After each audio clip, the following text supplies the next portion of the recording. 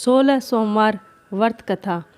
एक नगर में एक बहुत धनवान साहूकार रहता था, जिसके घर में धन की कमी नहीं थी, परंतु उसको एक बहुत बड़ा दुख था कि उसके कोई पुत्र नहीं था।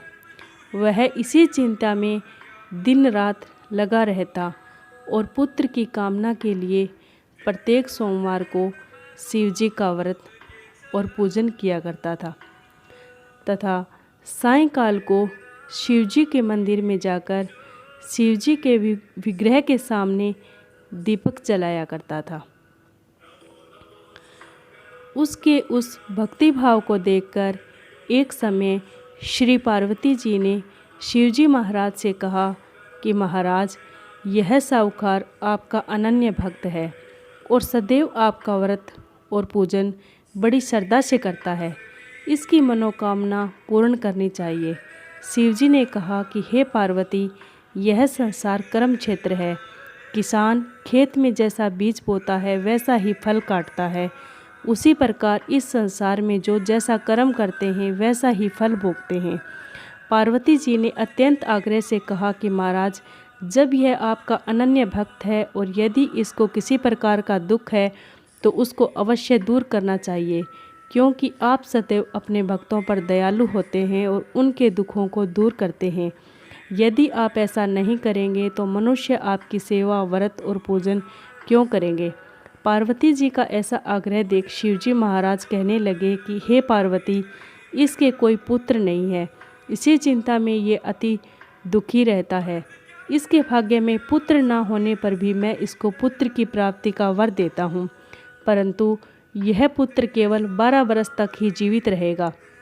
उसके पश्चात वह मृत्यु को प्राप्त हो जाएगा। इससे अधिक मैं और कुछ इसके लिए नहीं कर सकता। यह सब बातें साहूकार सुन रहा था। इससे उसको कुछ ना कुछ प्रसन्नता हुई और ना ही कुछ दुख हुआ।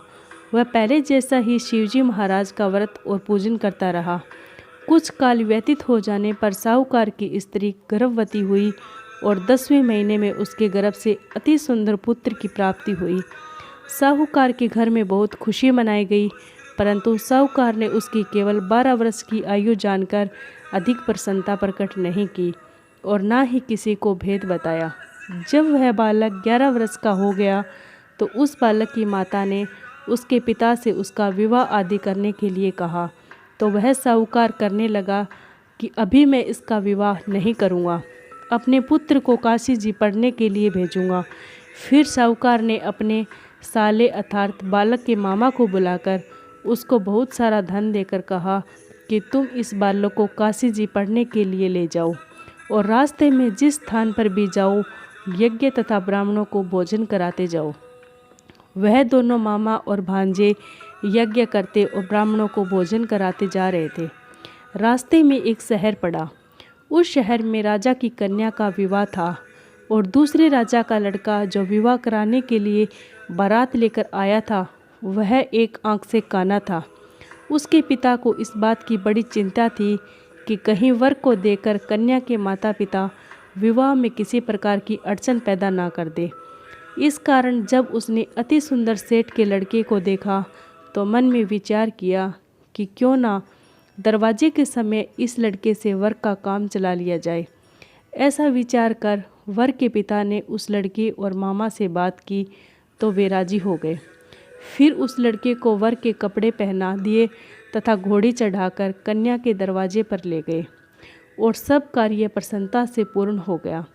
फिर वर के पिता ने सोचा कि यदि विवाह कार्य भी इसी लड़के से करा दिया जाए तो क्या बुराई है। ऐसा विचार कर लड़के और उसके मामा से कहा कि यदि आप फेरों का और कन्यादान के काम को भी करा दे तो आपकी बड़ी कृपा होगी और मैं इसके बदले में आपको बहुत सारा धन दूंगा। तो उन्होंने स्वीकार कर लिया और विवाह कार्य भी बहुत अच्छी तरह से संपन्न हो गया। परंतु जिस समय लड़का जाने लगा तो उसने राजकुमारी की चुंदड़ी के पल्ले पर लिख दिया कि तेरा विवाह तो मेरे साथ हुआ है, परंतु जिस राजकुमार के साथ तुमको भेजेंगे वह एक आंख से काना है और मैं काशी जी पढ़ने जा रहा हूँ। लड़के के जाने के पश्चात उस राजकुमारी ने जब अपनी चुंदड़ी के पल्ले पर ऐसा लिखा हुआ पाया तो उसने राजकुमार के साथ जाने से मना कर दिया और कहा कि यह मेरा पति नहीं है, मेरा विवाह इसके साथ नहीं हुआ है। मेरा विवाह जिसके साथ हुआ है वह तो काशी जी पढ़ने के लिए गया है। राजकुमारी के माता पिता ने अपनी कन्या को विदा नहीं किया और बारात वापस चली गई। उधर सेठ का लड़का और उसका मामा काशी जी पहुँच गए।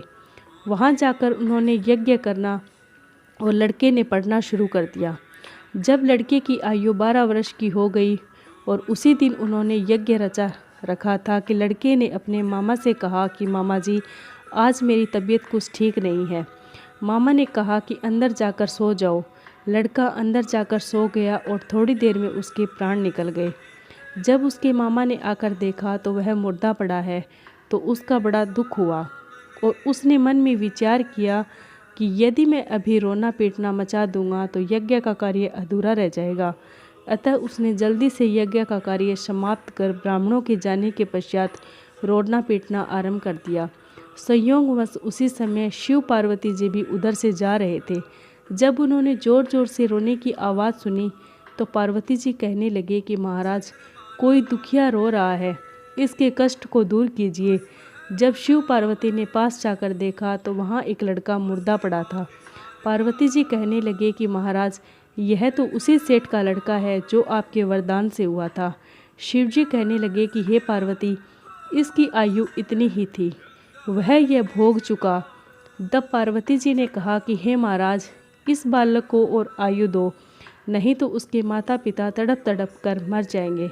पार्वती जी के बार बार आग्रह करने पर शिव जी ने उसको जीवन वरदान दिया और शिव जी महाराज की कृपा से लड़का जीवित हो गया। शिव जी और पार्वती जी कैलाश पर्वत को चले गए।